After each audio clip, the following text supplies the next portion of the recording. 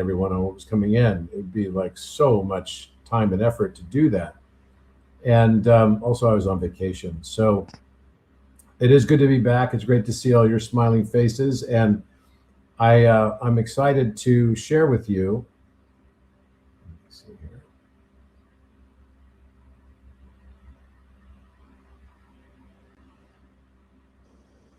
Okay. Here we go. This presentation I'm going to basically give you guys today. Hopefully, let's see.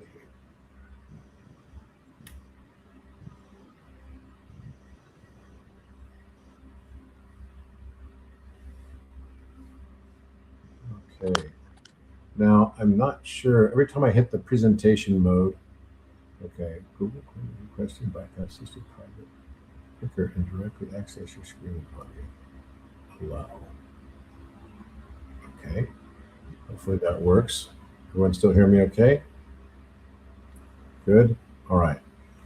So I'm going to take you through a presentation of what I've been up to for these past several weeks and what's changing, what's coming in, what new discoveries and everything. And I'm just going to try to get through this as quick as I can.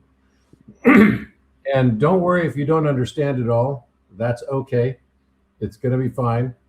But you might remember that I talked a lot last year about the musical notes. And please make sure everybody's on mute. Make sure. Mute everyone.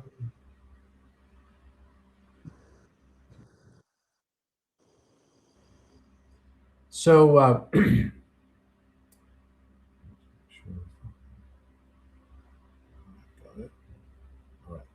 So basically, last year I talked a lot about the pyramids having different musical notes. And I've spent a lot of time in the last few weeks really contemplating that and trying to understand, is there a song? You know, what's the song of the pyramids? And I really wanted to understand this.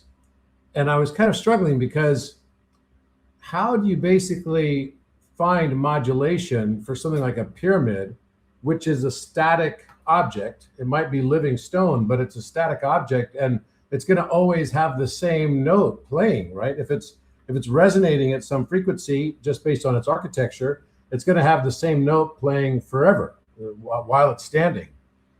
And so I was struggling with this concept until I learned about the shimmer, which some of you saw me kind of have the whole conversation about shimmer on Orion Architect. And then I realized that not only do we have modulation for frequency, but we also have temporal modulation within musical notes. And the temporal modulation is directly tied to the frequency as well. So that in this sense, with dual track shimmer, you can create a music out of a static note, which is kind of something I had never thought of before. So, but let me first take you through the whole process of how I got to where I got. And the first aspect of this, I wish it could be bigger for you guys. It's just that when I do a full page presentation, it seems to just like not allow it to happen. But if you look at this, you'll see that each of the pyramids have a different slope angle. So the Great Pyramid has a slope angle of 51.85397 degrees. Then you've got Khafre Pyramid, the second pyramid, with 53.1301 degrees.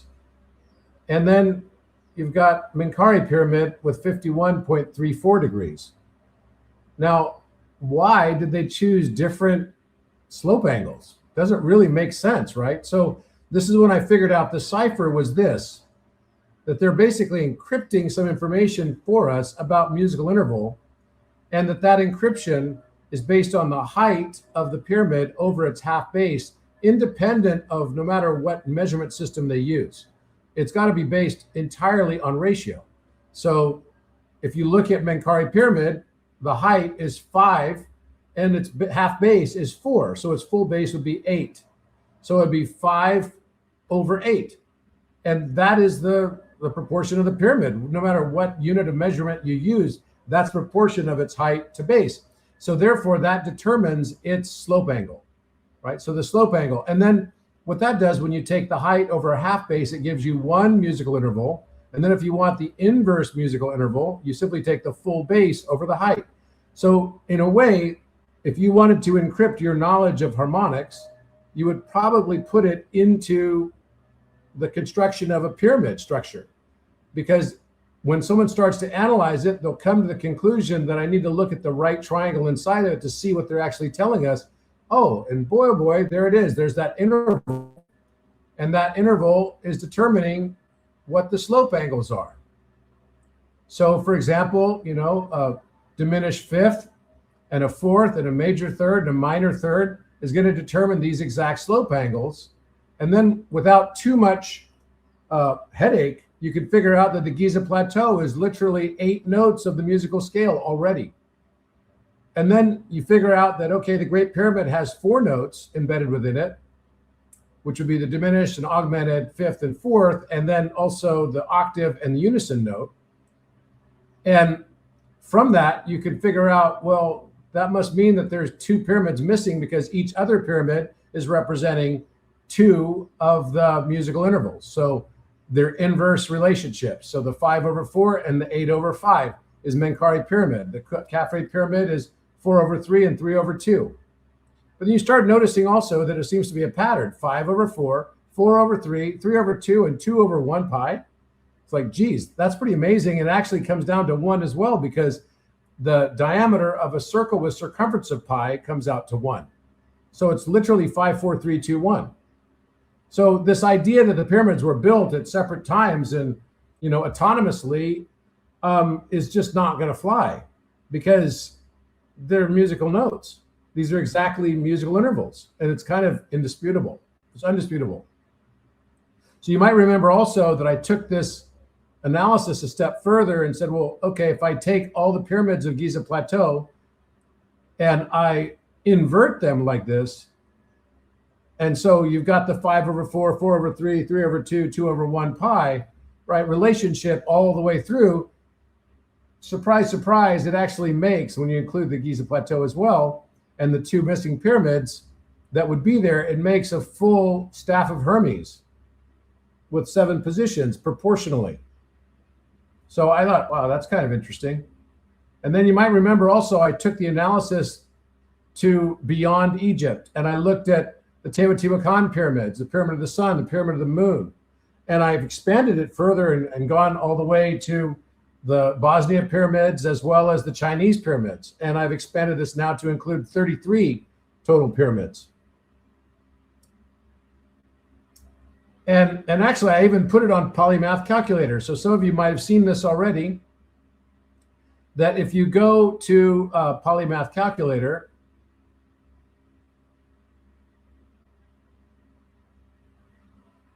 just do that real quick.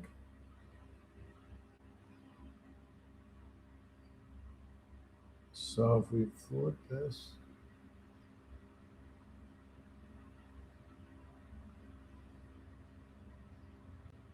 there's actually, you'll find a pyramid page. So when you go to the wisdom section, you can find in the pyramid tab, pyramids, this. It even gives you the ability to listen to the frequency of each of these notes. So this is the Great Pyramid. This is the Giza Plateau and one of the missing pyramids. This would be the next missing pyramid. And then now we start to get pyramids that start showing up with this. So this is actually matching the Jed Efre Abu Rawash Jed satellite pyramid. This is matching Menkaure pyramid. This is the perfect fourth, which is Khafre pyramid. And then this is the Great Pyramid again. And then this is again the Khafre pyramid, as you can see. Menkaure pyramid. Then the Jed Efre satellite pyramid.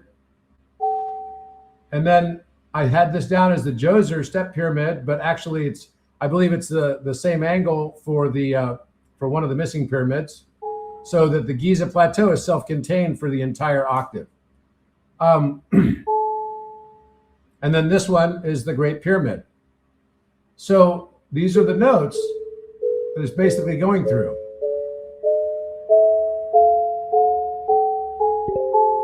Kind of cool, right? Okay, so this is the sound of the pyramids. Now, if I go back to the presentation,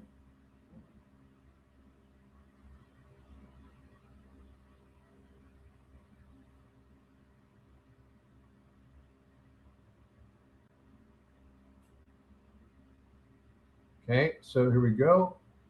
Back to this. The big question is, right, what song are the pyramids architecture singing globally then? It's kind of a big question. It was perplexing me. I wanted to really understand it. And so I started to analyze it. And as I started to analyze it, I started realizing that there was more to the story that I needed to research, because I couldn't make sense of how the musical notes would be different, right? If they're just static architectures.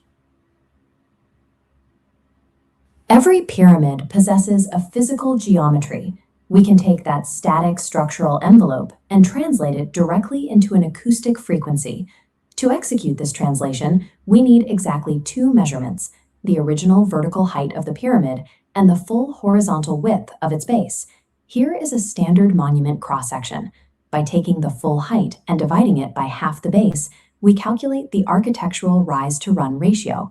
We then multiply that dimensionless ratio by a baseline frequency of 432 Hz. The output is a specific native tone. This equation provides a rigorous mathematical bridge. It allows us to read static stone dimensions as dynamic sound waves. We can apply this translation mapping to the Egyptian architectural canon across the Memphis necropolis. We can then broaden the dataset globally, pulling in the precise geometry of Mesoamerican step structures like the Pyramid of the Sun at Teotihuacan.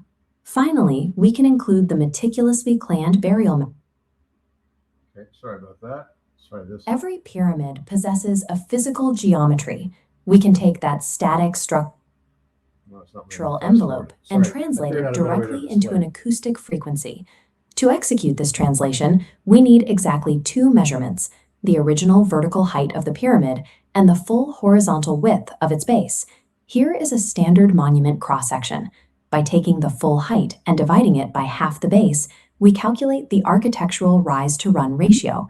We then multiply that dimensionless ratio by a baseline frequency of 432 Hz. The output is a specific native tone. This equation provides a rigorous mathematical bridge. It allows us to read static stone dimensions as dynamic sound waves. We can apply this translation mapping to the Egyptian architectural canon across the Memphis necropolis. We can then broaden the dataset globally, pulling in the precise geometry of Mesoamerican step structures like the Pyramid of the Sun at Teotihuacan.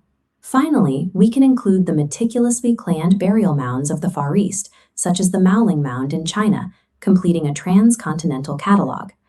Applying one strict geometric formula to isolated, unrelated cultures across the globe should theoretically yield scattered, arbitrary noise. Instead, the output frequencies form a highly structured, interlocking overtone lattice. To maintain the mathematical integrity of this lattice, the methodology relies on a strict constraint: we must preserve the native octave. Conventional musical analysis collapses octaves. It treats a high A and a low A as identical pitch classes, ignoring the numerical distance between them. This diagram illustrates why octave reduction fails. Doubling or halving a translated frequency erases the monument's literal physical scale. If a pyramid's rise-to-run ratio is 1/3, the formula yields exactly 144 Hz, not an octave equivalent like 288 Hz. Utilizing a rational whole number slope grid is documented historical engineering practice. The Rind mathematical papyrus details the Egyptian second system, specifying pyramid slopes exactly as integer ratios of horizontal run to vertical rise. By utilizing these historical ratio grids and retaining the original physical scale, the resulting frequencies function as authentic acoustic representations of the architecture. This chart displays a logarithmic frequency spectrum, plotting the translated native tones of our global catalog as distinct data points. When arranged this way, exact octave columns emerge. The outputs align precisely on columns spanning 144, 288, and 576 Hz. This graph highlights how specific monuments link these columns. A distinct mathematical alignment connects the calculated frequencies of Teotihuacan directly to those at Giza. If we observe how different geographical regions distribute their native tones, a distinct pattern of distribution appears. The data points from central Mexico, the Maya region, Egypt, and China do not overlap at random. They occupy interleaved, distinct bands along the frequency spectrum. In acoustic terms, no single culture voices a complete harmonic chord. They each supply complementary notes, requiring the full global set to resolve the sonority. This interlocking cross-regional complementarity presents a steep statistical hurdle to the theory that these dimensions were chosen arbitrarily and independently. If these scattered monuments form a unified musical structure, we can calculate the mathematical root of the entire catalog. Using rational arithmetic, we determine the greatest common divisor for all documented frequencies in the set. The calculation yields an exact common denominator, 0.72 Hz. Every single monument tone in the working model acts as an exact integer multiplier of this number. The Great Pyramid, for example, represents harmonic 600. In acoustics, this is known as an unstruck fundamental. It is a root frequency that dictates the entire overtone series, despite never being physically sounded. A frequency of 0.72 Hz equates to exactly 43.2 cycles per minute, an infrasonic rhythm mirroring the 432 Hz baseline of the initial mapping equation. The global catalog functions as a massive overtone architecture erected over a singular mathematical ground tone. The pyramids stand as individual tuning forks, drawing their geometry from the exact same mathematical wellspring. We can now pivot from describing known structures to utilizing this lattice as a predictive model for unknown structures. This diagram shows a standard mathematical lattice. Any structured integer grid inherently contains unoccupied low-complexity points, distinct mathematical gaps. These unoccupied lattice points represent exact slope signatures. They act as the mathematical blueprints for monuments that are either uncatalogued or lost to antiquity. This matrix displays the Giza Plateau's internal harmonic lattice. Mapping existing pyramids leaves two primary low-complexity members vacant. These missing notes require a major second ratio of 9/8 and a minor third of 6/5, translating to exact slope angles of 48.366 and 50.194 degrees. If the ancient geometric canon was intentionally complete, structures matching these exact mathematical ratios must have existed on the plateau. We can test this prediction by examining historical documentation of the Giza Plateau prior to modern erosion and urban encroachment. In the 18th century, explorers like Norden and Pocock extensively mapped and illustrated the region. Their cartographic records feature distinct anomalies. The aerial layouts document outlying satellite pyramid symbols positioned west of the primary monuments. Furthermore, the accompanying profile view confirms the lateral sequence and vertical scale of these outlying structures, which are no longer recognized today. When the dimensions of these documented ruins are reconstructed, they match the precise slope angles required to fill the 9/8 and 6/5 vacancies in the mathematical model. Conventional archaeology treats these ruins as insignificant satellite tombs with arbitrary slopes. The mathematical lattice identifies them as missing harmonic anchors. The direct alignment between the empty mathematical lattice nodes and the 18th century cartographic record provides hard physical evidence of a deliberately complete geometric canon. Applying a strict rise-to-run translation equation to ancient architecture exposes a global interlocking harmonic field. This is not arbitrary numerology. It is a formalized translation operating entirely within documented engineering grids and rational arithmetic. The pyramid harmonic lattice is an active, predictive scientific tool capable of recovering the acoustic signatures of monuments we have lost to time. Okay.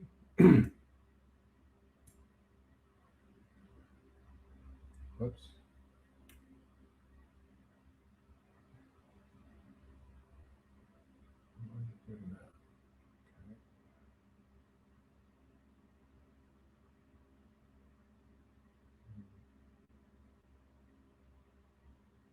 All right. So can everyone hear me okay? Just want to make sure somebody wrote that they couldn't. Please write in the chat if you can hear me. Okay, perfect. All right, so basically the translation of the monumental envelopes into audible harmonics, and this is really where the work went on this. And I just want to say as well, there were some small mistakes in this last little video that I showed at the end that I'm still working on correcting. And it was kind of referencing the satellite pyramids because it didn't know where the new pyramids are that we have found.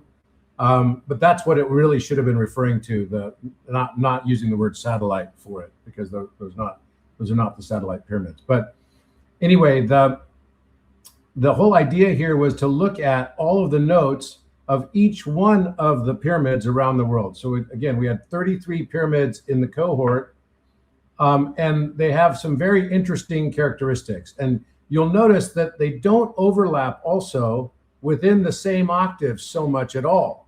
Like it's almost as if they're braided together. It was such a weird thing. You can see here, this is the Temple of Quetzalcoatl is 129.6. And all of these numbers also are coming out to be, these very beautiful base 12, base 60 numbers that we find on compasses. 1.296 million seconds is the number of seconds of a compass, for example. 288 hertz, we recognize that one, right? That's a D note in this same just tuning matrix. And then 432 for Khufu. So you've got these exact octave families that seem to be clustered regionally, which is very strange. So you've got the 432 octave family as in Khufu and the Bosnian Sun pyramid. And then you've got 162 octave family, which is the Chinese pyramids. Then you've got 144 octave family, which is Cholula pyramid, the Sun pyramid, and then also Khafre can fall into that too. And then depending on how you look at one of its ratios, but it's generally all just regionally based. Now, this is another thing that was interesting is that I had noticed that some of the, kind of proportions of the pyramids of the Giza Plateau match the proportions of the pyramids in Mexico.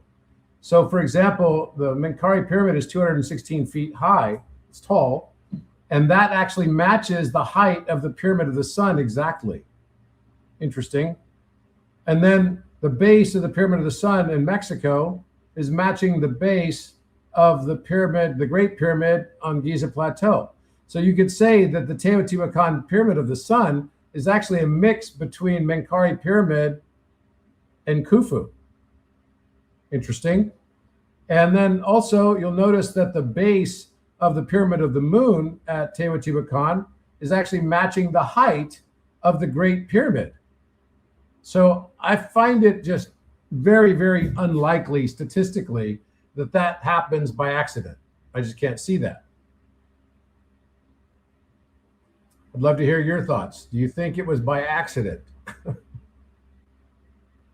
put that in here. Create a poll. Do you think that the proportions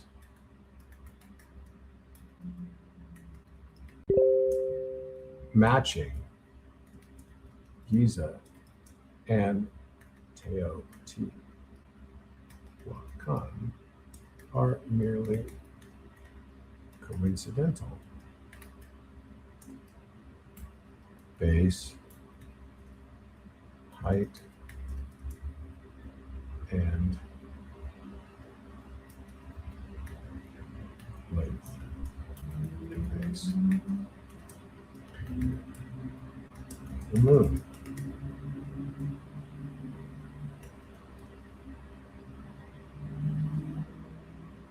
No way.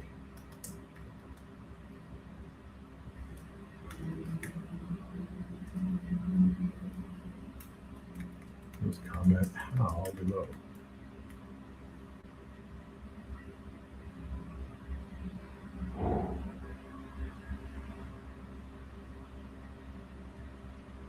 Okay. Because that's what everyone else would say. That's all just coincidence. There was no contact between Mexico when Teotihuacan pyramids were built, they're believed to have been built about 2,000 years ago. So how in the heck would it have been the same exact proportion as the two pyramids together, Menkaure and Khufu? Weird. Okay, so regional harmonic matrix. And if you say yes, please say why. I'd love to hear your thoughts on how that just happened to be coincidental. So basically the regional harmonic matrix and Teotihuacan and Cholula and the Maya field. So these are all different kinds of pyramids in Mexico. So I started analyzing those as well. And what I found was that all the pyramids, every pyramid in the world out of the 33 pyramid cohort actually was always a Hertz frequency based on its slope angle that was a multiple of 0.72 Hertz. And I found that really interesting. And that also is giving us, because it's all based on base 60 and base 60 math, the way you calculate the tonic is you basically would take that 0.72 and multiply it by 600, and that gives you 432. So that becomes the note of the Great Pyramid. So it's sort of like setting all other notes in a way, and you could say that the 0.72 as multiple shows up as a harmonic overtone series that gets populated with all these different notes. How far it goes, we don't know, right? But you could also take it from the inverse direction.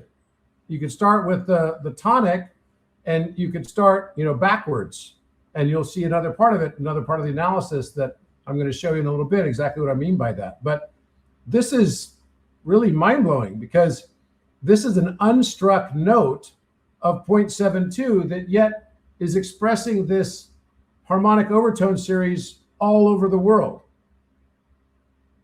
And so we can start to see what the harmonic integer is. That's just the number multiplying by 0.72 that turns out the exact frequency. Now, another thing that's interesting is that we do have good basis as to why something like this might be the case, because we know that the tetrahedron has 720 degrees as the sum of its angles. And the tetrahedron is the foundational shape of all other more complex geometries. And 720 just gets multiplied. That's why every single polytope will always also be a multiple, right? For regular polytopes, at the very least, will always be a multiple of 720 degrees. And I believe it's actually true for all geometric forms. So that is kind of a very strong parallel, because the 72 showing up over and over again. Now, don't forget that Vitruvian Man has his hands outstretched, and his outstretched hands equal 72 inches in length. So there's something about this, and it speaks about it as well in the description, because he's supposed to be 6 feet tall. And the length of the wingspan should be equal to the height for Vitruvian Man with ideal proportion. So I started looking at this also with this concept of acoustic shimmer. And this is where I was always trying to figure out in music how to create this overtone series and make it something that's reproducible every time. Not some sort of effect, but can I create micro dissonance so when a choir sings a unison note, because it's slightly dissonant, because everyone's voices are very slightly different, you sometimes end up with this phenomenon where you hear all of the overtones. So it's not just the unison note of la, you'll hear da da da da da da la, you'll hear all of the notes. And they'll start breathing in and out. And so it doesn't have this tight beating of wah, wah, wah, wah, wah, wah, wah. It goes over a 12-second cycle of breath. And so I started thinking, is there something with, since geometry breathes in higher dimension, does music also breathe in higher dimension? I'd love to hear your thoughts on that too. So go ahead and just put that in the chat. So just intonation, the silent unstruck note is 0.72 Hertz. It's unique, it's heterogeneous. It just sounds like nothing because we can't hear at that level. 27 Hertz is the lowest that we can basically go from a Hertz frequency to be able to hear it audibly. But what I found was that in precise temperament tuning, you could create shimmer. which then creates two notes next to each other that have decimal extensions that are octaval representations of the overtone series themselves. So instead of just playing 432 hertz, you have 432.081216. And then the other note that is inside of that would be 432.162 447. And so that's basically giving you the overtone plus dampening. And that relationship makes them totally consonant, even though they're two notes that are right next to each other. They should be dissonant because they're the overtones of the decimal extension itself. It isn't, and it sounds beautiful, and it opens up the whole octave to this overtone series, kind of like the pyramids are doing around the planet. And so when you look at this on the Giza Plateau from a hypothesis perspective, we are still missing two or four notes, right, for each, for these two pyramids. So each one would represent two notes. So this would be the minor third and the major second. And the major second pairs with the minor seventh, and the minor third pairs with the major sixth. And that would be the slope angles. And I believe that that's kind of what we're going to find when we finally get that place excavated, even though these are damaged pyramids. And if you haven't been to Egypt yet, you'll know there's plenty of pyramids that look just like that. You know, there's many of them. So Hawara was pretty flattened like that. Basically, there's like 5 or 6 pyramids that you can find. The Lahun pyramid is flattened like that. And they just eroded. So this is the Giza lattice completion, which would be these two pyramids. I believe they would have been, one of them 108 feet high, so it's half the size of Menkaure, and 180 feet as its base, 120 feet for the other one, and 213 feet for its base. And then we can basically see how the geometry becomes a native frequency, becomes an overtone number, becomes an octave lineage, and then an architectural amplitude. And the volume of the size of the pyramid also has an impact on this as well. So from this, we could figure out which numbers of the overtone series are not represented that should be represented, and figure out where those pyramids should be. Because we could figure out, based on whether we're looking at a semitone scale or a quarter tone scale, we can figure out which one of the next amplitudes there should have been. So that's why these are missing, the 9/8 ratio and the 6/5 ratio. So this is this concept of the unstruck fundamental. And that's what the Great Pyramid is playing the role of, because it is not based on an integer only relationship. It is 2/1 pi is its relationship. So the height over its base. So it's providing the tonic to populate the scale for everyone else. And so they fit as the overtone series with that one tonic contribution from the Great Pyramid. So we started noticing also that beyond frequency and canonical dimensions, there appear to be permutated, across continents as well. So it's like a braid. You can see how they all fit together when you look at the graphs on this. And they're interlocking like a chain. So each of the areas doesn't take up the octaves of the other areas, strangely. And with precise temperament tuning and dual track shimmer, we can actually listen to see what this would sound like. And dual track shimmer creates this looking like a very complex, high number of strands DNA. And this will explain the shimmer. The dual track shimmer produces a celestial breathing sound. It fixes a centuries-old problem. Perfect harmonies leave a mathematical leftover, causing harsh dissonance. Instead of hiding that error, you take a single note, like an A at exactly 432 hertz, and split it into 2 independent tracks, separated by less than a single hertz. One track is tuned for major third harmonies, while the second is exactly tuned for perfect fifths. Normally, playing 2 slightly different frequencies makes their waves clash, creating an irritating static. But separated by this exact mathematical leftover, the waves perfectly reinforce and cancel each other. They create a 12-second swell of sound, a physical pulse called amplitude modulation. Because this swing from loud to quiet is so extreme, the tracks don't blend into static. Instead, this deep pulse forces the sound's hidden overtones to break apart and become individually audible. Since this separation is a precise mathematical ratio, the pulse scales perfectly across all notes. It remains completely consonant and uniform in every single musical key. So what exactly happens to that split 432 Hz note we looked at from the very beginning? That ancient, frustrating mathematical error is completely transformed, leaving you with a slow, shimmering, and perfectly continuous breath of life. So now we're going to listen to see what shimmer sounds like. And I'm going to play with it a little bit, but I'll let you watch this video at first, and then we'll do a little playing with it on Polymath Calculator. Equal temperament music.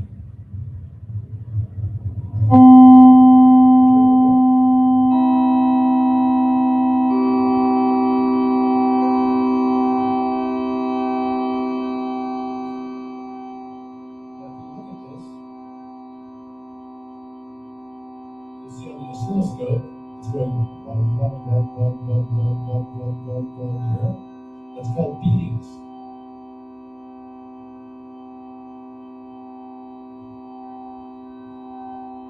Okay, now I'm going to play the exact same chord with shimmer.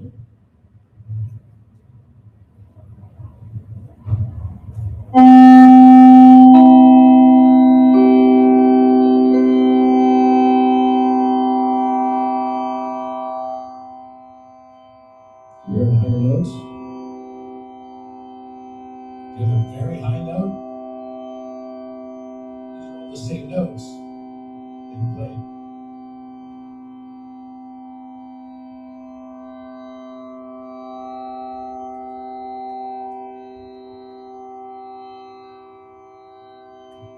So give you kind of chills on your back. In French, they refer to this as the frisson, goosebumps.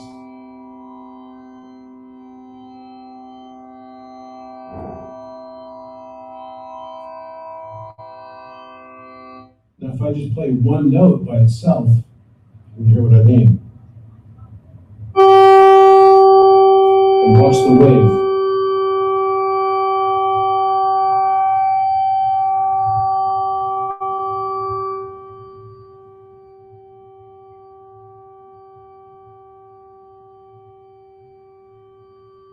How many of you can hear the other notes playing besides just this one note? That's the harmonic series of the overtones. And now we know how to create it. Imagine what this sounds like when you have an entire orchestra playing like this. It's kind of crazy, and look at the wave. So what happens is you go from a static note, so if I play just a basic sine wave in a regular note, this note,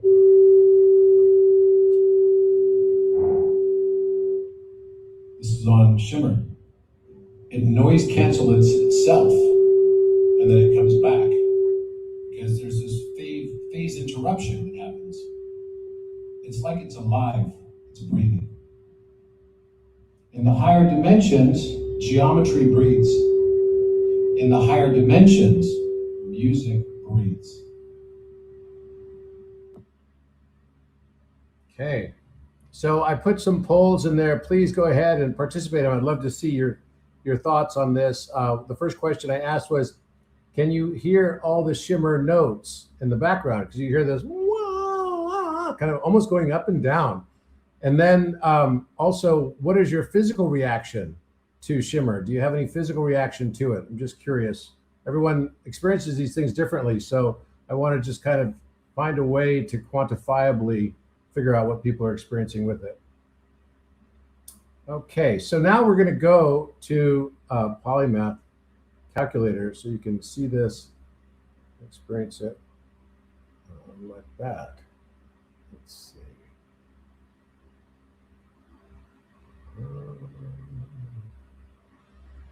Let's see.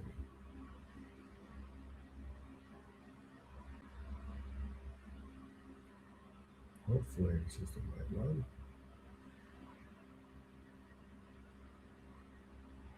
Okay, so let's see here. Okay, so this is, by the way, the staging version of Orion, which I'm doing testing on right now, and hope that we're going to be able to get this out in the next few days. Basically, this is connected to the polymath calculator, fully connected. So this thing is nuts.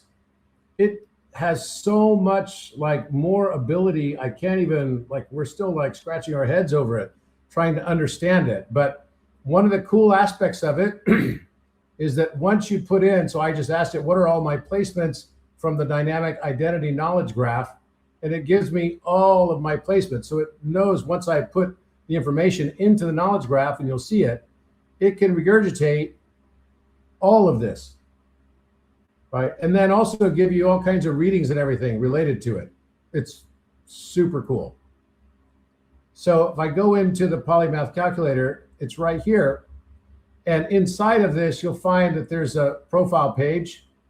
You put in your profile stuff, you know, your name and the date of your birth and your time of your birth, et cetera. And then it will give you a full personality profile associated with each of these placements. So this is my natal chart, and it tells me that it's kind of got connections to the dodecahedron. So everyone has, you know, generally different ones. Obviously, there's not that many different platonic solids that you can choose from, but it will associate one to you.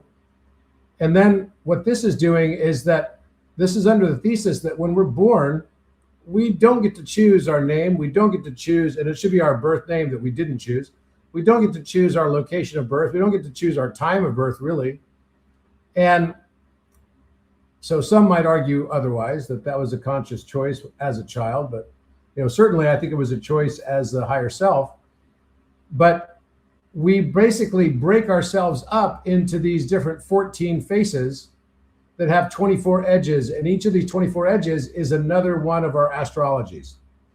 You know, one by itself is great, but it's only one facet, not even a, you know, a fact, because you have to combine all of them, and that's what I've really learned through this whole process, in order to get truly accurate stuff out of it. And what it's telling me is that these are the things that I should be doing and expressing my talents in my life. And it says, surprise, surprise, I should be an architect of systems, right? A creative artist and a leader and sovereign and innovator and pioneer. And then it even gives me like my life story. And it includes Mayan. I mean, it's got everything in it. And it even tells me all my shadows, which are absolutely correct. And it will also give me associations with certain of mythos characters and archetypes. And then I can even ask it a question, you know, how this person would react to this thing, right? Whatever it is, and how best to communicate with them. So that's pretty cool. And then you can also get a weekly, a monthly, and then you can ask Architect if you would, you know, like to have him do a full, or have her completely do a full reading for you for the month or for the year or for the next 5 years. It's really amazing. And it integrates all of these and also gives you full tarot readings as well. So you can see my personality was split up across these things right here: Vedic astrology, my tropical, my life path. And each one of these literal locations as well was very, very deliberate. INTJ, type 8 Enneagram. These are all my placements. Human design, I'm a generator, 2-4 generator. And so once you have all of the inputs, you can basically click on Save Profile and apply to all calculators now, right? So this is cool because now it will, the architect should always remember you, because it always has this information. And before, if you choose to use it, before you even ask it a question, it's going to know a lot about you, because I'm telling you, this stuff is pretty accurate. It's like mind-blowingly accurate. So, but now let's go back to the music thing for a moment and look at shimmer again. So we can see here, and if I put the note, let's say I go with a trumpet sound, or let's say I'll go with a violin rather. So with a violin, I can basically keep it in equal temperament with no shimmer, and this is what it will sound like. Pretty basic.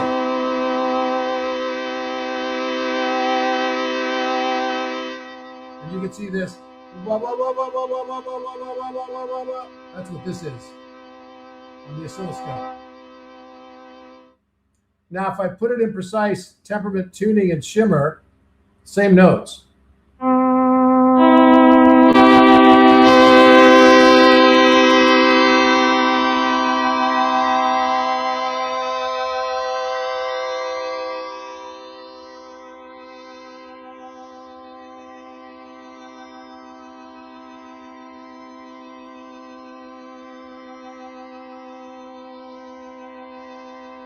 It's like it's alive. It's really alive. So we can switch this to like a pipe organ, and you can hear it a little bit higher.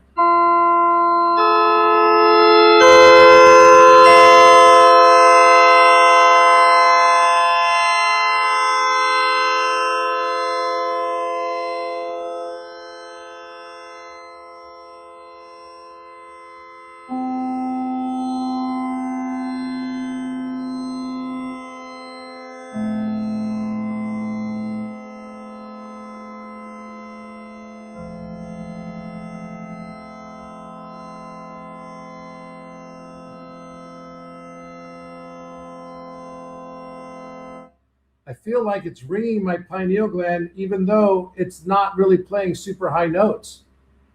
That's really wild. So this dual track shimmer is something that is really interesting because I think it could have the potential of opening up new ways for us to experience music, but also I have a feeling that it's more related to DNA strand activation. And one of the things that came out of all of this analysis as well is that it looks as though we have a lot more slots of DNA than we thought. So when I purposely just look at the number of slots, and so it's kind of like old computers where we had these different, caches that you could put in all these dock positions and put more RAM or put more ROM or whatever it was back in those days. And so now you can basically realize that all of this has a lot more associated with it than what we ever thought before. So if I take away and go down to a 2-strand DNA, and if I take away the strands altogether, it looks like this. So you've got a dodecahedron stacked with an icosahedron also interstacked, then a Merkaba, and then also an icosahedron, which is this one right here. And as we talked about before, you can see this going both directions. You can train your eye to see it, just like time going both directions. So if we increase the speed a bit, we'll see it. And for me, it's like every one of them is going a different direction, but they're not. They're only going one direction. It's an illusion. And it can also be a choice. So with this many stellations and protrusions, then you could start adding up, okay, well, shouldn't there be a lot more eventually strands of DNA? And that's what I believe. So this is what 72 strand would look like. And then 144 is simply counter-rotating those strands so that they go opposite direction in time.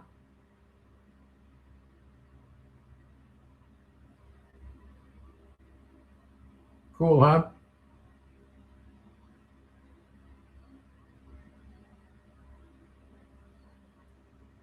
You can look at it down the barrel. So is dual track shimmer somehow going to play a role in in DNA activation. I don't know, I got a hunch that it might. I really do. I believe that it will. So, that's pretty cool stuff because we're talking about cutting edge acoustics here. I've never seen even, like some sort of a modifier that you can do something like this with it to create this music that sounds so different. So with that, then I'll go back to the presentation.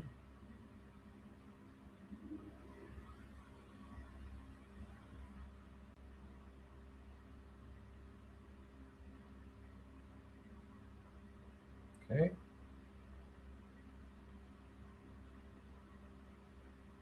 All right. So now, if we look at the pyramids, let's have a listen to see what the pyramids sound like. Shall we?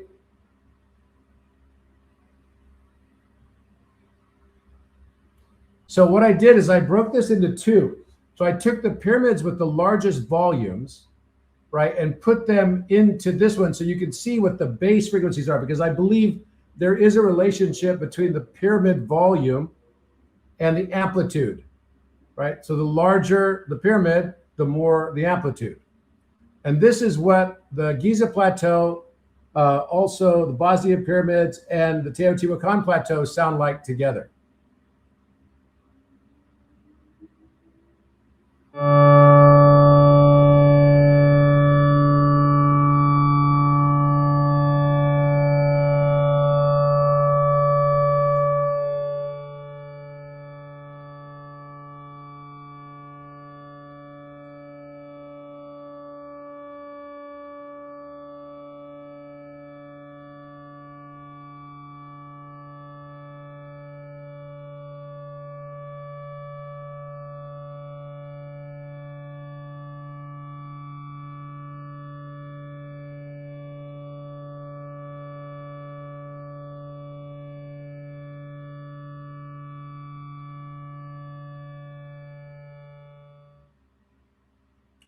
Okay, so I was just reading here, someone was saying that they put in the polymath calculator. First of all, that's not the version.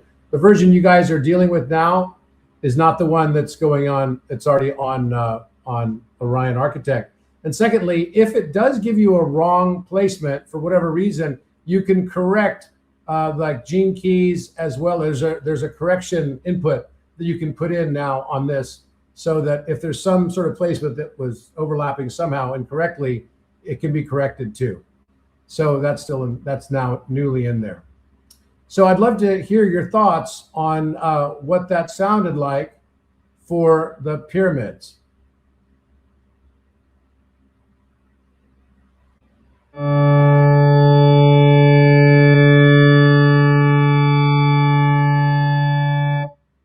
Did you guys hear that? Yeah, it makes you a little dizzy. Why? Why does it make me dizzy too? Because it has scalar frequencies in it. That's what this is doing. It's all scalar. And it's wild because we know, or we believe, right, that we've been told that for a while the pyramids were used to raise the frequency on planet Earth. And we don't know exactly how that was measured, right? And now what we do know is that what they're playing is this primordial ohm sound. I mean, literally, it's that. Listen. It's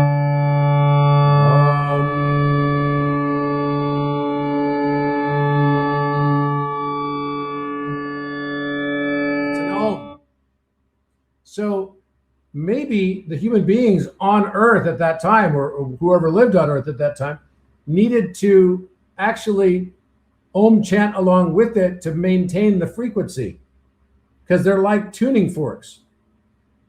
I believe that next year in 2027, we need to get like a lot of people, at least 144,000 people, to do an ohm chant simultaneously to do one of the final steps of the full pyramid reactivation.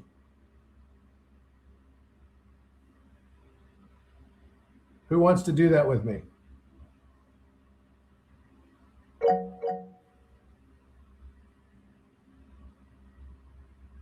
Yep, it's got to be human voices, because that's part of the whole thing, right? I think that the whole reason why the pyramids went down is because we didn't maintain high enough coherence as the Earth moved out of the coherence zone. And so we had to continue to keep it up in order for it to stay up. And if we just lost consciousness, we probably just didn't do that also. And then it had to be deactivated entirely. So I feel like next year in 2027, this is going to be a big part of this Gene Keys 55 DNA activation that's been prophesied and talked about by so many people. Okay, now this is going to really freak you guys out, the next one. So be prepared. But I'd like to, because this is all the pyramids with equal amplitude.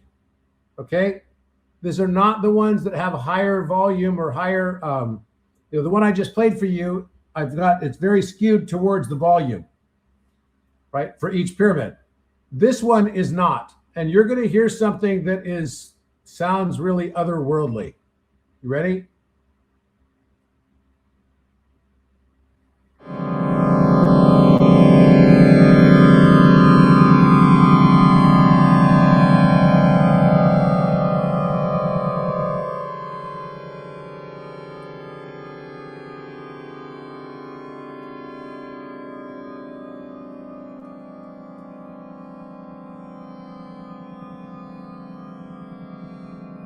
You'll notice it sounds like it's going from a high point and then coming down, but it never stops. It's like going higher and higher and lower at the same time.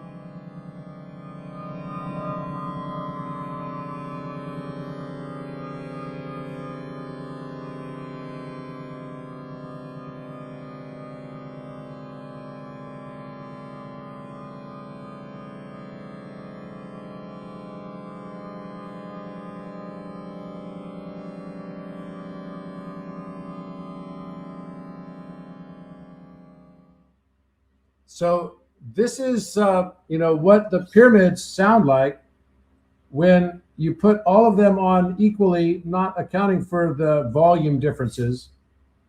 And it sounds like it's going,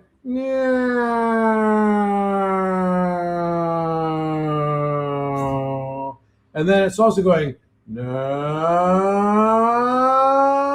the other direction.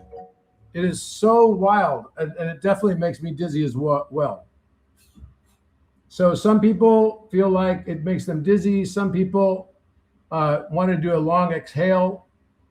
Some people got chills. I'm going to put a poll up because I really would like to hear this. This is all part of my research. Okay, what did you experience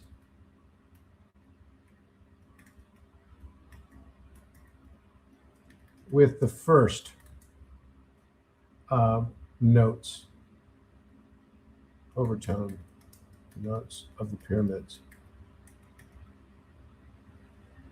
I'm going to say here, it was goosebumps,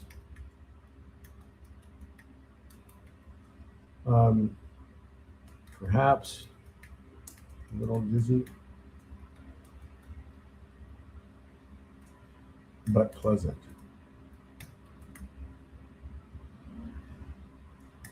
Not pleasant, headache,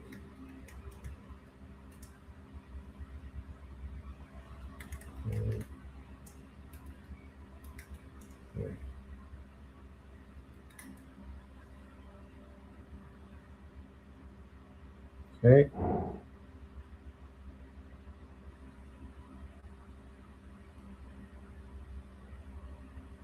How about the second pyramid overtone series without the volume weighting?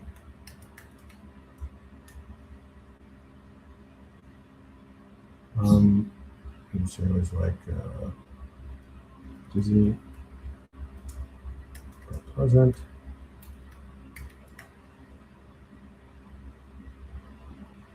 unpleasant.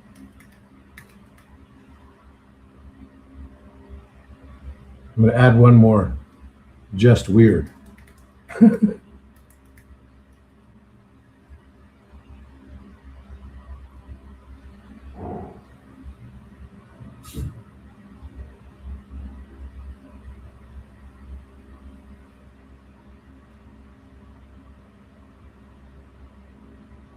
Okay, so the first ones, most people are saying they felt okay with it.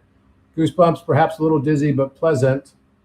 You've got a few more unpleasants on the next list, but just weird is running the highest here. And it's still mainly dizzy, but pleasant and just weird.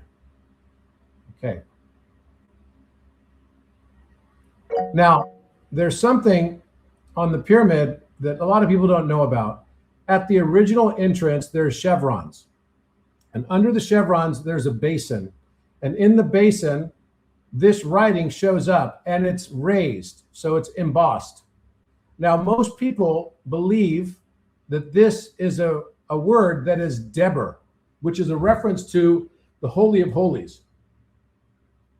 And I've taken, I'm not saying that I think that's wrong. I don't think that's wrong. I think it's probably true. The word Deber is from the word in the Bible, which is, in the beginning there was the Word, and the Word was God, and the Word was with God, and the Word was God. This is the primordial Om, the unstruck sound. And what's interesting about this is that, in ancient Hebrew, and many, including Robert Schoch, believe this is Paleo-Hebraic. But no one can really recognize exactly these symbols. And they didn't use numbers separate from letters back then. The Greek language, the letters were the numbers. Alpha, Aleph, these were the numbers and the letters at the same time. So that's why gematria became such a big thing. This is not something that somebody could have graffitied. This is raised. And it is, everyone believes this is original. What I noticed was this little minus sign right here that's also raised. And nobody else really noticed that. And so whenever you see these letters, even Alan Green, he kind of didn't include that. But for me, that was important because I always felt like this was actually giving us a number. And I felt like the number was like Roman numerals V minus 1, which is a horizontal line through a circle. So imagine that odd numbers are horizontal and even numbers are polarity flipped and therefore at a perpendicular angle to it. So 90-degree offset, just like electromagnetism. Electricity from magnetism is 90-degree offset. So I thought, okay, maybe this is 5 minus 1, just like we do with Roman numerals, where it would be, we flip it the other direction, where it would be 4 then 3, and these are the same 3 lines we have in a Chinese character for the number 3, which is also Samsung's logo. Sam is 3, and it represents the stars of Orion's belt, interestingly. And then this is the number 2. So it's polarity flipped, and it still has this circle around it. So maybe there's some point where the circle is lost when you get to the number 3. But until then, it's treated almost like the cellular division or something. I don't know. But I always felt like these are numbers, and they represent 4, 3, 2. Now, the entire pyramid complex already relates to 4, 3, 2. We know this. I mean, literally, I just told you that the tetractys is embedded within the 3 pyramids. You've got 5 over 4, 4 over 3, 3 over 2, and 2 over 1. And maybe the way they represent 5 could be that it actually has 5 here, and then 4, 5 minus 1, and then 3, and then 2. And that would give you literally the pattern of the pyramids. And also giving us this tonic relationship of this primordial unstruck note. Now, just hold that thought for a bit. And this is where, right after I left Intaya Resort in Indonesia, these Buddhist monks showed up and they did this mandala of Mount Meru. Mount Meru.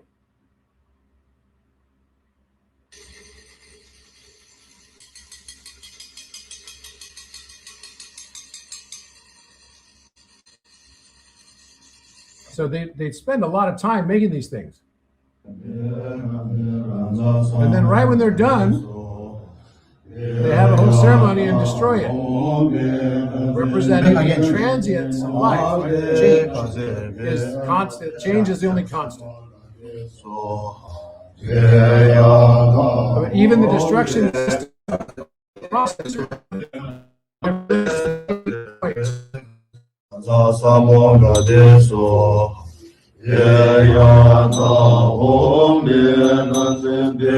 Like a compass. So Mount Meru is actually drawn exactly like this, right? And it's supposed to be something that's built by hand.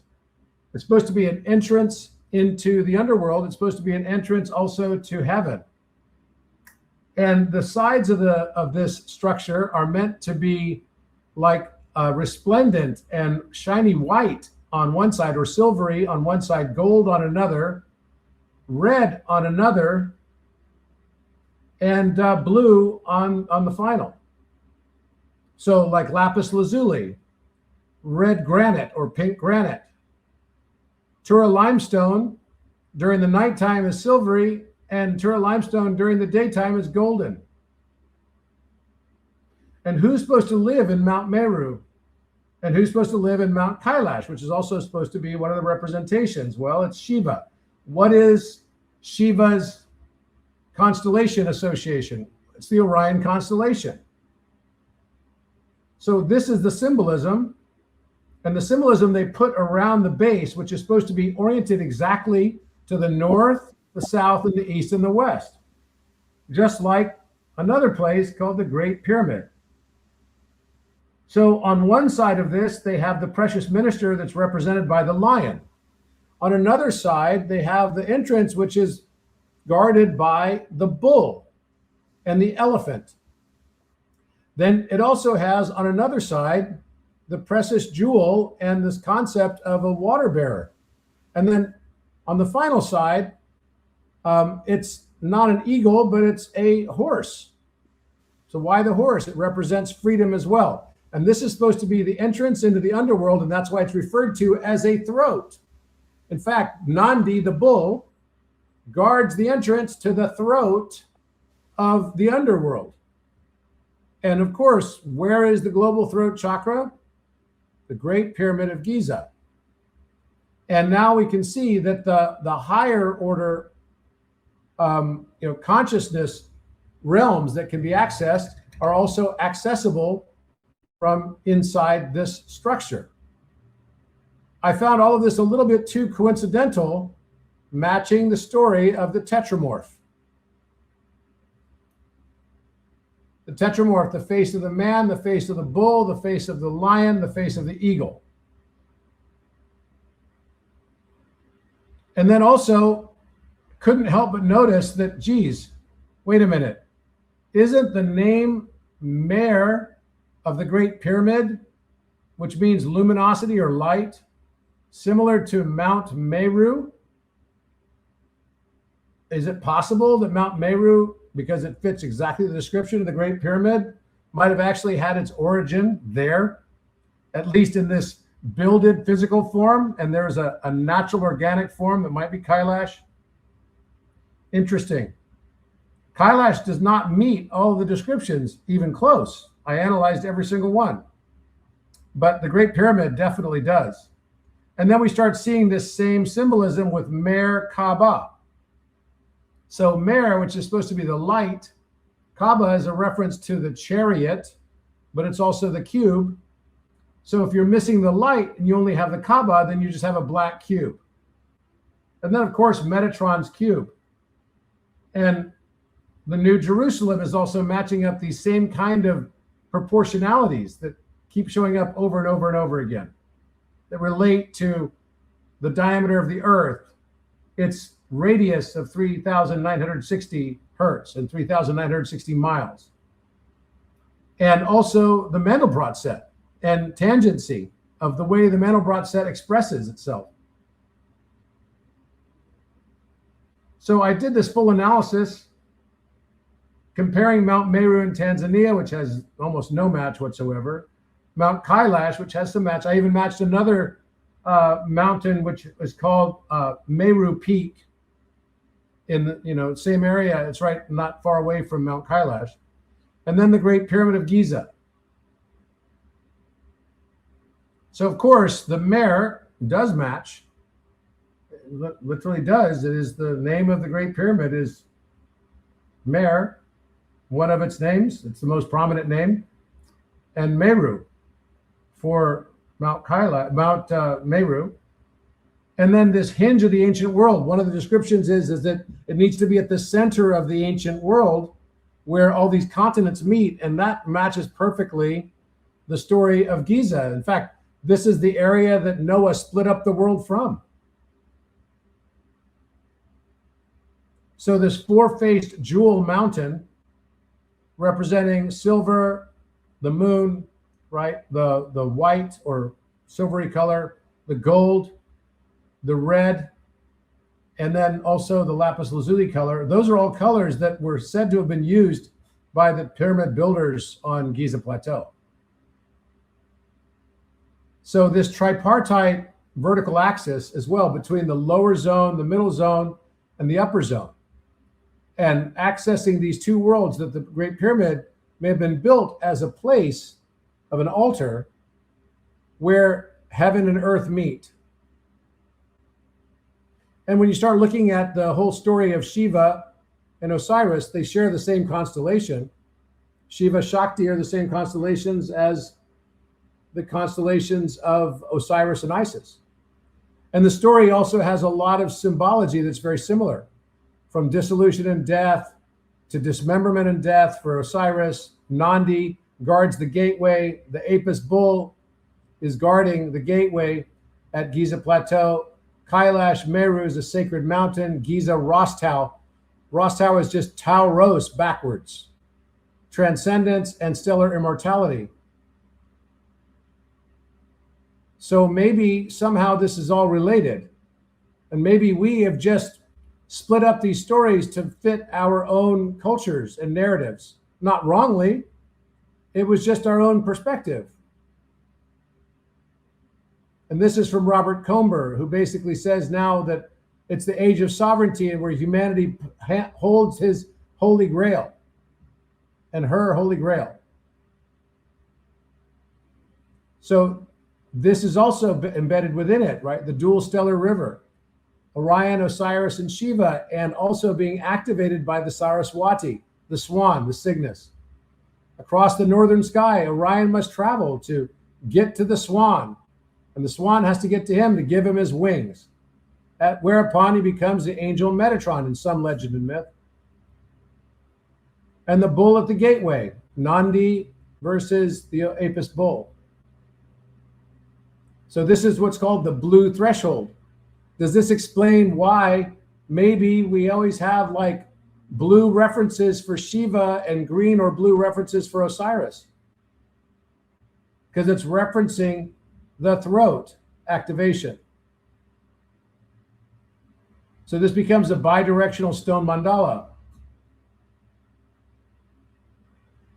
When we read ancient accounts of a world-centering mountain, we usually search for geology. We look for a tall, natural peak somewhere on a map. But Buddhist and Hindu cosmologies describe Mount Meru as a highly structured vertical axis. It stacks earthly and celestial realms from the Nirmanakaya level up to the Dharmakaya. This ordered axis features 4 cardinal faces and concentric rings, extending into deep subterranean channels. Mount Meru is a mathematically ordered architecture. It is the geometric blueprint of a universe, rather than a geological accident. A modern volcano in Tanzania bears the name Meru today. It is a massive landmark, preserving the ancient name in a living local tradition. Yet, as a natural formation, it lacks the required square base and strict cardinal alignment. It is an irregular stratovolcano, not a cardinally oriented structure with 4 distinct directional faces. To find a structural match, we have to look toward the Giza Plateau.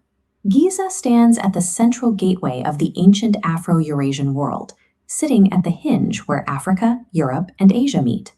If we prioritize the textual requirements of cosmic architecture over a surviving map label, the Great Pyramid becomes the primary candidate for the Meru archetype.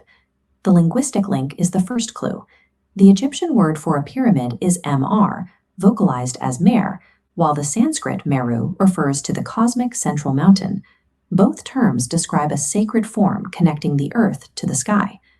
This Kalachakra Thanka reveals Meru's plan view, a central square palace with 4 directional gates, all converging on a single point. An aerial view of the Great Pyramid reveals the same geometric logic. It is a surveyed square oriented to the cardinal directions, with 4 faces that converge at a central apex. In Buddhist cosmology, the mountain's faces are made of radiant, jewel-like substances. While Giza is now weathered stone, it was originally encased in highly polished Tura limestone, creating a luminous surface mirroring a radiant mountain. The Great Pyramid functions as a 3-dimensional stone mandala, executing the Meru blueprint with geometric consistency. Meru's architecture requires deep verticality that reaches into the lower realms.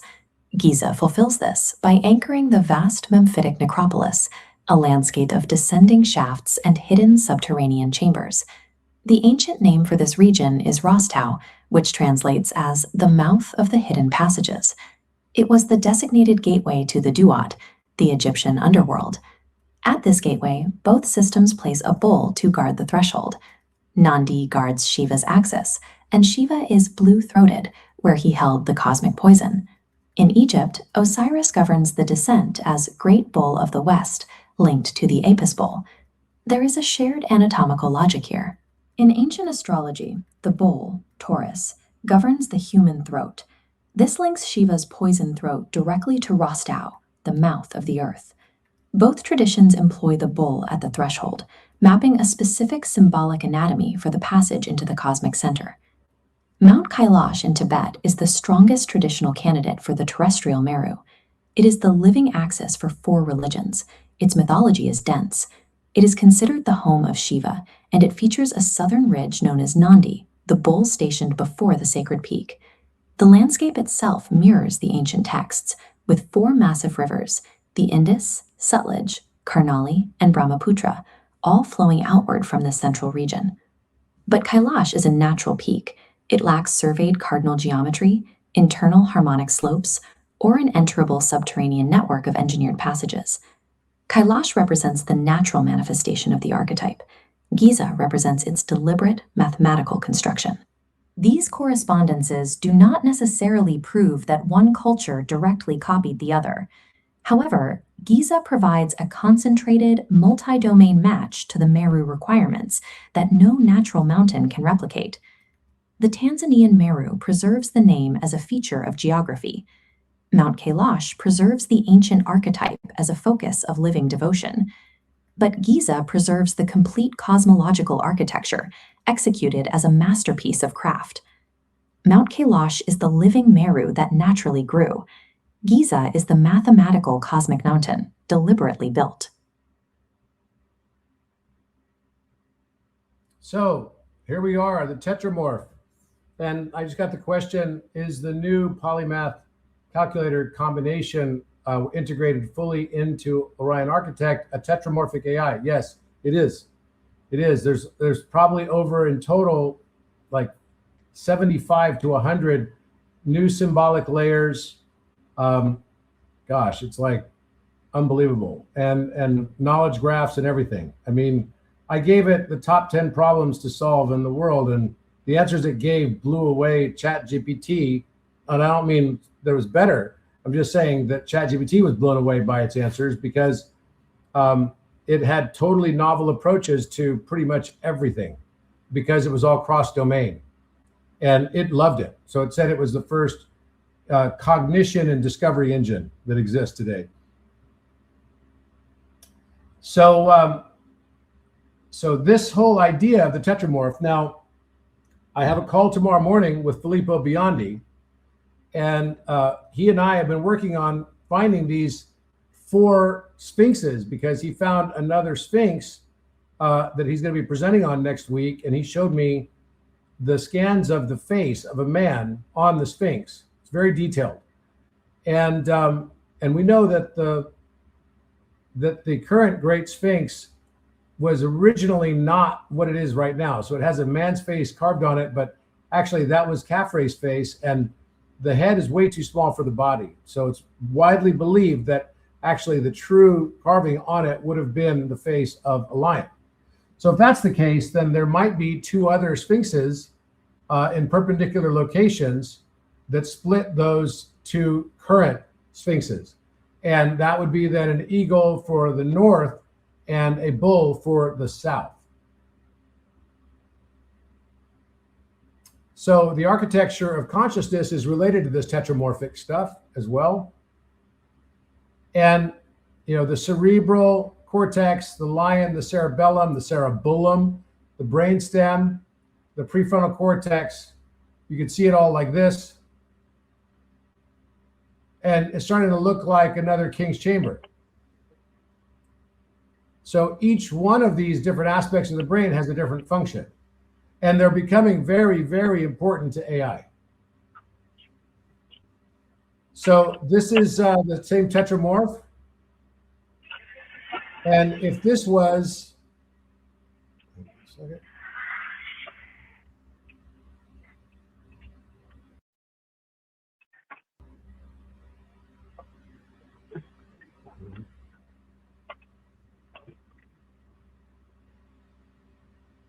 okay, if this was the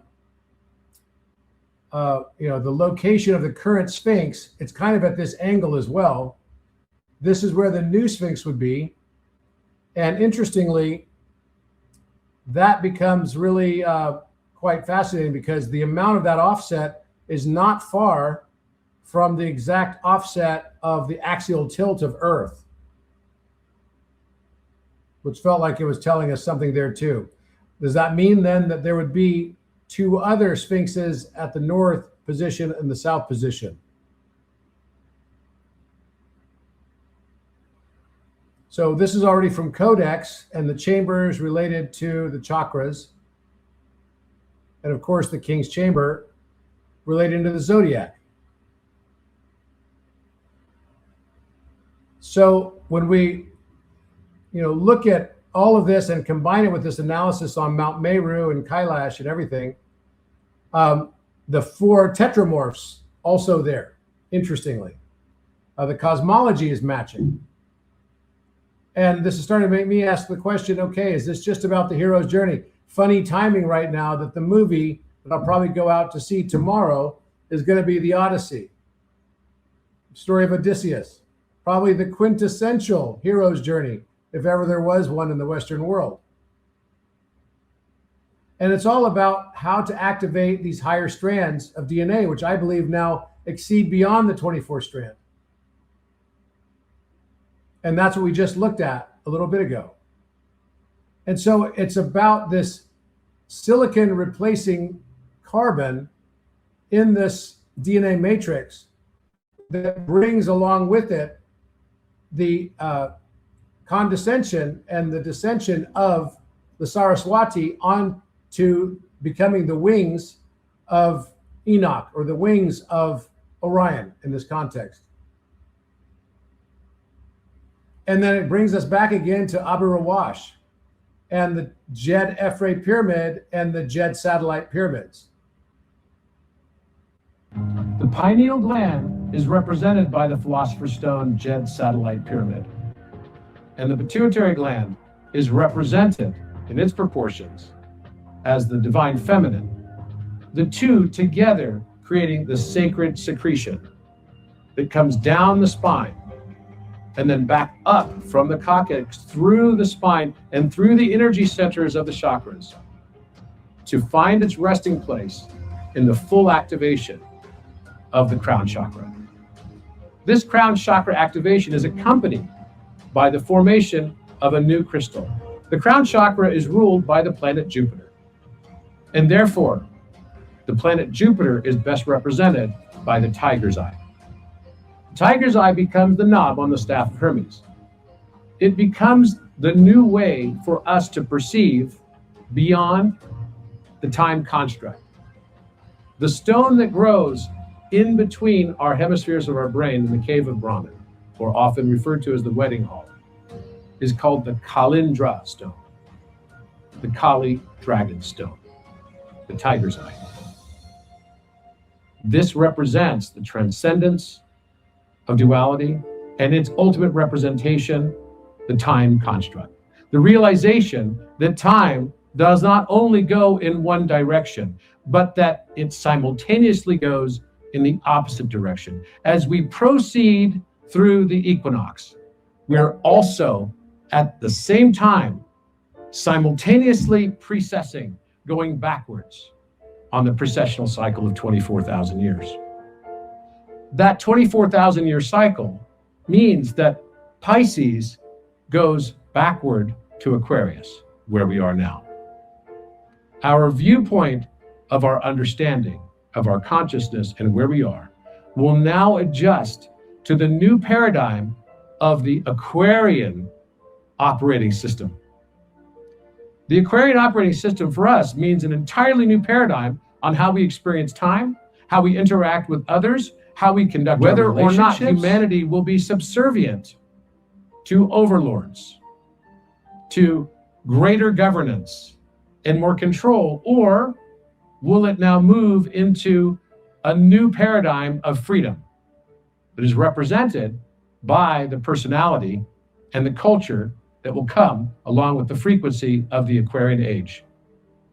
This is the experience that we are going through right now. And it has a profound impact on our day-to-day lives.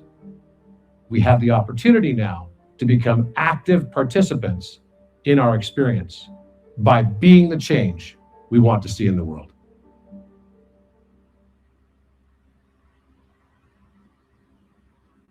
So we just got back from Scotland 2 months ago, and it seems like the longest 2 months of my entire life. I'm not gonna lie, it's like, wow, I can't believe how much has happened in just this 2 months. I'm gonna ask you guys here in a poll as well. Do you feel that time has dramatically changed in your perception since the crown activation at Sterling?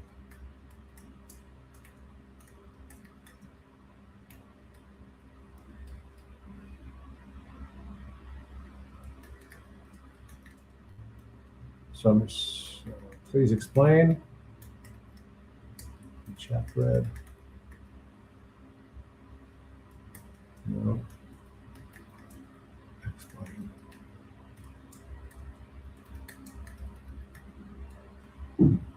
Okay, there we go.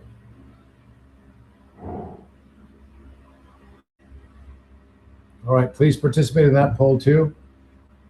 All right, so that brought me to this. And you might remember right before I left to go on the trip, I was gifted by Jason Shurka a EES pyramid that had the same proportions as this. And that was kind of interesting and fun. You know, I have it playing right now in my background. It's pretty cool. This is what it looks like. Isn't it funny though, that right when I arrive in Bali and I get to Nusa Penida, this is one of the first things I end up seeing. It's called diamond rock. The symbology of this is also a diamond, funnily enough. This is why I even put it looking like a diamond in this picture right here. So that's from like 4 years ago. So I went there to Intaya, and even their name has 3 pyramids in it. They didn't know that there's any pyramids around. And Matthias went there for its opening, and he wrote a long book passage. It was like 10 pages or 12 pages long for the owner. And the owner hands me the book right when I arrive, and he says, "Can you please make any sense of this book?" What Matthias wrote. So I go through Matthias's book, and I'm like blown away at how it was exactly the same stuff I was working on right now 2 years after he wrote it. And I remember when he went to Intaya, but I didn't really register it.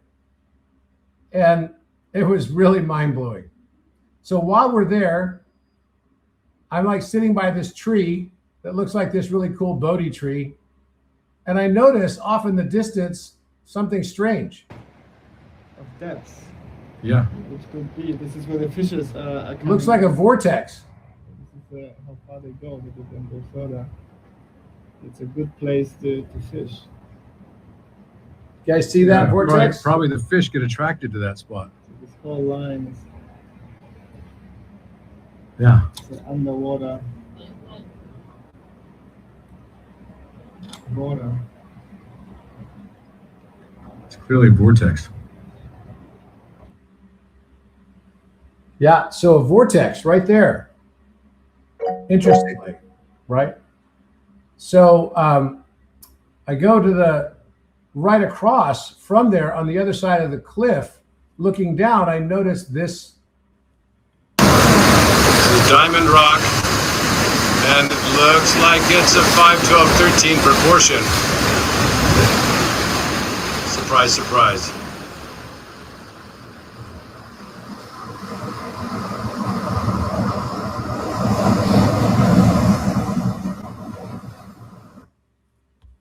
Okay. And here I went down on the beach to check it out further.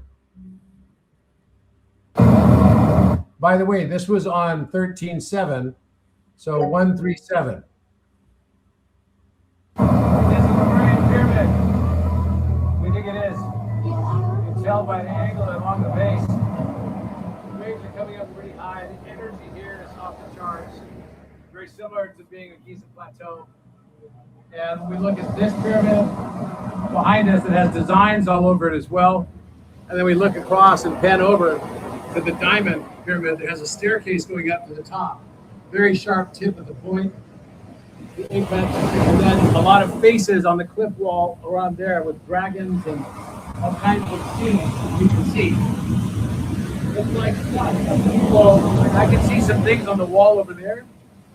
It almost looks like it's going underground. Along the side, I can see stuff like stairways going into underground, like telling us there's something underground. You see that? Kind of going down, and there's dragons.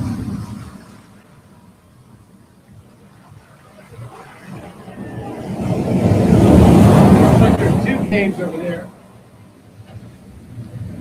There's a little door over there as well. You see that?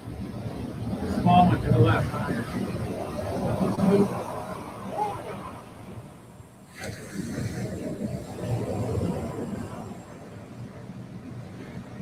It looks like there was a land bridge that crossed over there. It went up that staircase, and there's a staircase right there. And there's a 60-degree angle. There's 20 pyramids as part of. There's basically a 60-degree angle, and there's 2 pyramids that are mashed on top of each other. You'll see a better view of it here in a second. One of them, and by the way, they have a 3-point base, like a triangular base rather than a square base, which is an emblematic of stuff we see, with Lemurian pyramids, or what we believe to be Lemurian pyramids. So this is another view of it. You can see the line is kind of matching the line at the midway point on both sides over here, and there's like a steeper pyramid attached to a tetrahedral shaped pyramid, which is right at 60-degree angle, and this is 67-degree angle. Fascinating. How this never got seen by anybody as, in archaeology as a pyramid is like beyond me. Just like this. Now, this happened to be 2 days after, also, we're on Diamond Beach, and there was a diamond crop circle on July 11th, 2 days prior.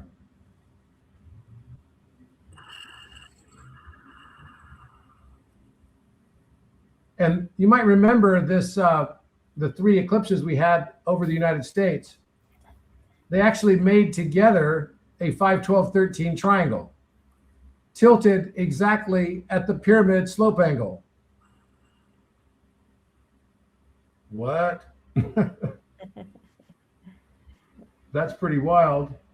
So when you look at this pyramid, I believe it's a pyramid, it's a tetrahedral shape. You can see the point right here and a line coming down here, another line here, another line here, and then there's like a platform down on the base where you can like walk around it. And then there was like stairs going up to it. This looks like from the top, it looks like some sort of an arrow. Mm-hmm. Right? Second.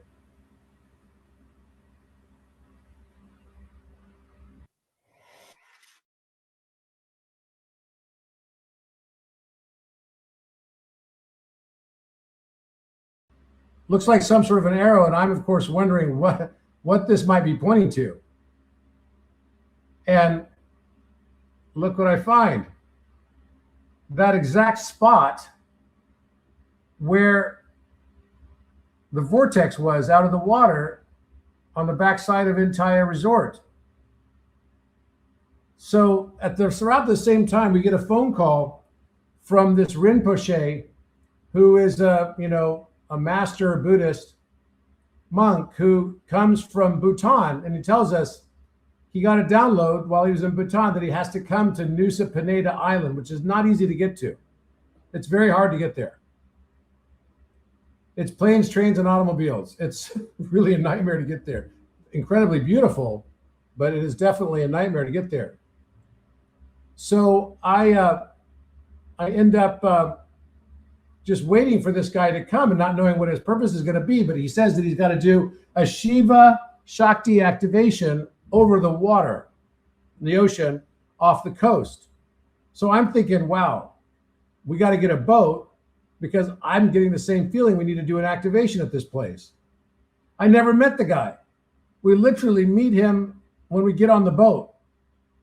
Next thing I know, we're riding on this boat towards that vortex. There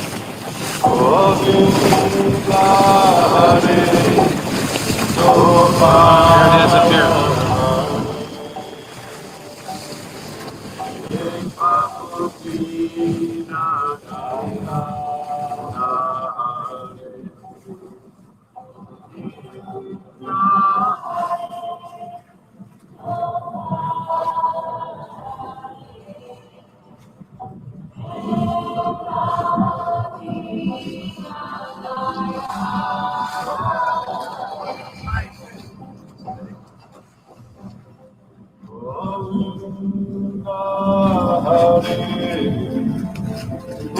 Okay, we're approaching the vortex right here.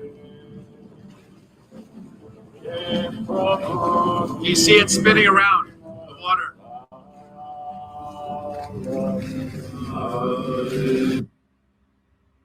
So that's wild, right? You can see the spinning, you can see it spinning around. And as we get closer, this is it right here. I feel the energy. Do you feel the energy? I feel the pyramid underneath us. Oh my God.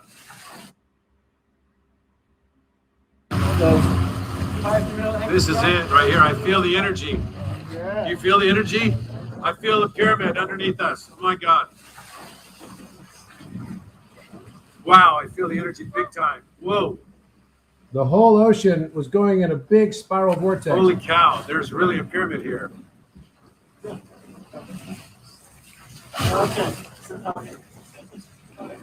Yes. So this is where we should maybe do the thing. Yes. You can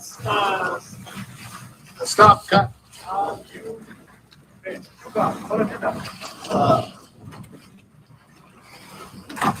And I felt super dizzy there. Man, oh man, I ever felt so dizzy. And but we did this blessing, and we had these things that the Rinpoche had brought as well.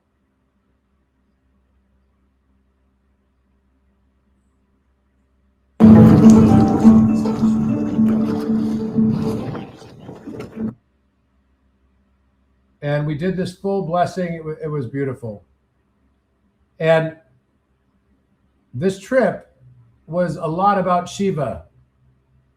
And actually, the Rudra Granthi flipped to the Shiva Granthi. You could look at the world as a prison, or you can look at it as a playground.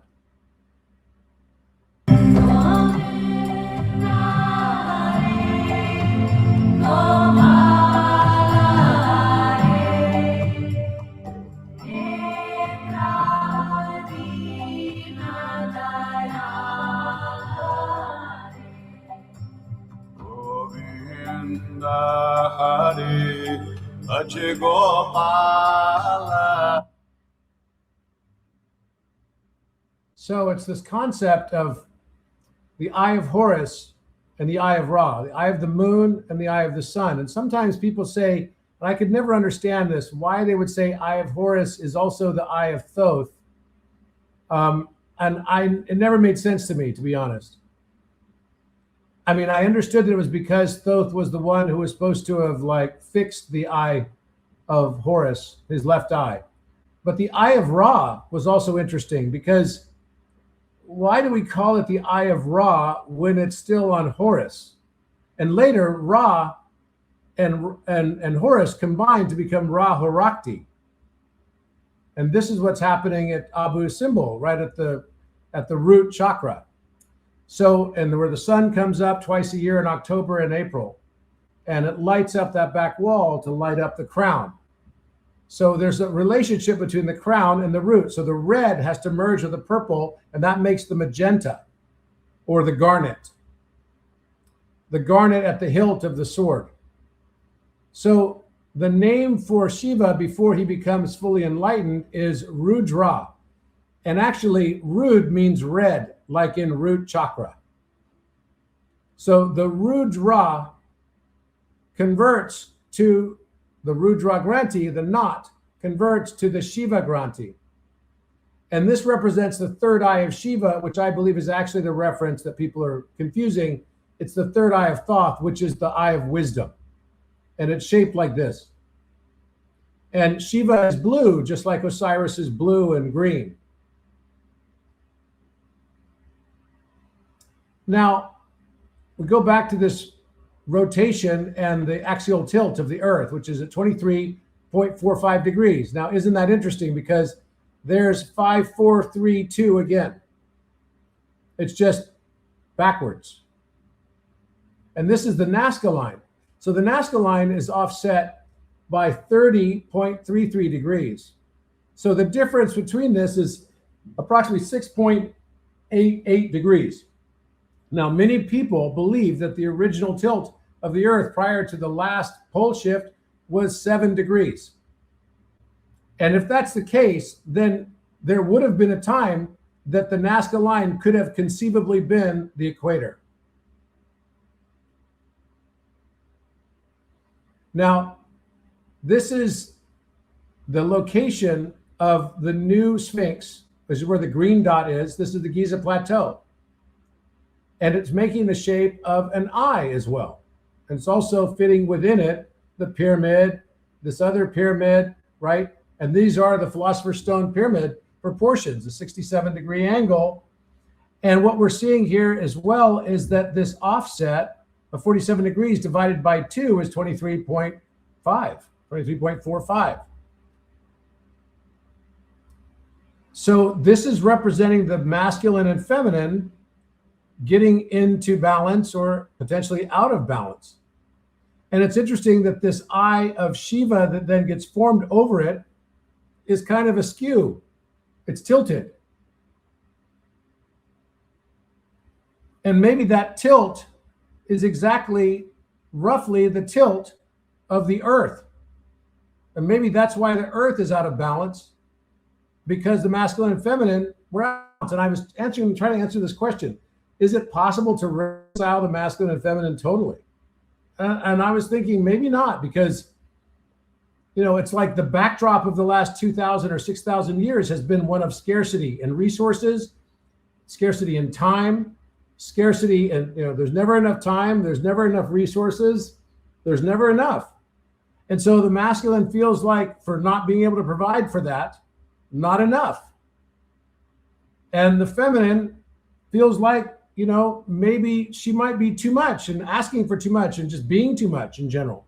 So this balance might actually just be, or the imbalance might actually just be an artifact of the age of Pisces and the prior years before that as well, Taurus, and after Taurus was Aries. So these were all sort of scarcity ages. And if we correct the age itself and move into a new earth of abundance, and we know that we can manifest, then a lot of these challenges that the masculine and feminine still have reconciling are no longer challenges. They get rectified because the age is shifted. The context shifts. So in this context then, where you see this white line would be potentially the axis that we're looking for now for a eagle, because the eagle represented the Scorpio anciently, and the Taurus, the bull. So there might be a bull somewhere around Menkaure pyramid that's buried. And there might be an eagle somewhere around where you can see this blue dot. And that's one of the things that Filippo and I are working on right now. And we both believe that there are. And this is bringing new life to an old verse in the King James Version of the Bible. As for the likeness of their faces, they four had the face of a man, the face of a lion on the right side, and the four had the face of an ox on the left side. And they also had the face of an eagle. This is also the reference to the Ark of the Covenant. And it says the Sphinx, and I wrote here, a Sphinx is not merely a lion with a human head. It is a hybrid being whose face and body belong to two different symbolic orders. Precisely the distinction in Ezekiel. The wording face of a man, face of a lion, face of an ox, the face of an eagle describes the same fundamental composite principle. One embodied creature presenting another being's face or identity. Isn't it a little strange how Ezekiel kept repeating the word face? One has to ask why. Doesn't it imply the faces are not associated with their bodies necessarily? Just a conjecture, but if it was the whole body, Ezekiel likely wouldn't have described it only as the face. So if we account for the Earth's tilt, does it bring the eye of Shiva into balance based on the cardinal directions on Giza Plateau? And there's something about this that just resonates for me. I put it only forward as a conjecture, and obviously there's no way to prove this, but I feel like there's something to it. And when I first figured this out, I was looking at the 47th problem of Euclid. And remember, the degree offset is 47 degrees. And the 47th problem of Euclid doesn't make sense because it has a sigil of Melchizedek, who was a priest king, king of righteousness. It's the one who Abraham paid tithes and offerings to. But this 47th problem of Euclid never made sense to me because all it was is describing a squared plus b squared equals c squared. Not more than that. Is it perhaps telling us something about the knowledge of the tilt on Giza and the tilt of the Earth itself? Now, of course, when I started, kind of playing with this, I posted on July 8th. And, the numbers of the days often associate somehow with, there were 8 points on this. And so this I saw as two, eternity knots that were braided like this. And I called this Shiva's Granti when I posted it. On the July 16th, 1 week later, this was the crop circle that someone posted. And it's actually the crop circle, someone posted it on Orion, and I hadn't seen it yet. And I went to go look it up, and sure enough, it was. And, this is not the first time this has happened. I mean, the crop circle followers have told me that they've tracked when I drew things or posted things that they end up, becoming crop circles like 29 times now. So there's some reason I don't understand. I mean, it happened for years before they even told me. So I didn't even know. Someone just wrote Gate of Return. That resonates. So it's also why the movie The Odyssey's out right now. It's helping us to come to terms with this understanding. This is the Shiva Granti, this knot. It's funny because when it got posted online, some people were saying that, oh, geez, that makes me feel like I'm locked in something. There's not enough femininity in it. And you know what? It's like whether you look at the Earth as a prison or a playground is really your choice. And of course, we could draw this with rounded lines as well. And I'm sure people will and have. But that's not what I downloaded. This is what I downloaded, so I posted it. But I think that this is where the rounding comes in, because this is actually forming the shape of the eye, and the center of it is exactly the pupil. And what it's telling us, if you look at it again, there's arrows at each one of these directions pointing outward. And if you look at the one of the crop circle, the only salient difference was you could see this as pointing outward or pointing inward, both. It's omnidirectional. And to me, this is sovereignty when you understand the freedom that you always had. It was always your matrix to play in. It was always your matrix to create. It was always mine too. There's no place for me to bitch about it now, because I know I'm making it as I go along. And every day, I mean, literally, we laugh about it all the time because I'll say something and literally it comes true, like almost instantaneously. We are now in the stage of instant manifestation. And the question I have for you is, are you ready for that?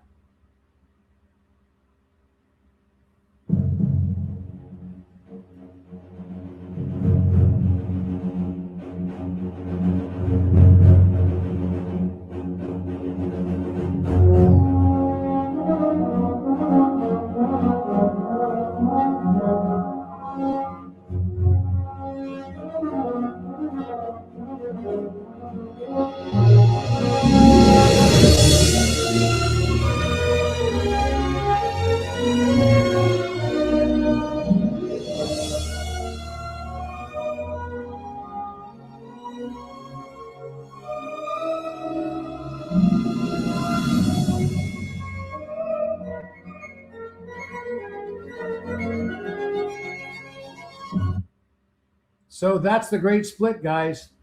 The great split of New Earth and Old Earth is that we decide to experience what we experience.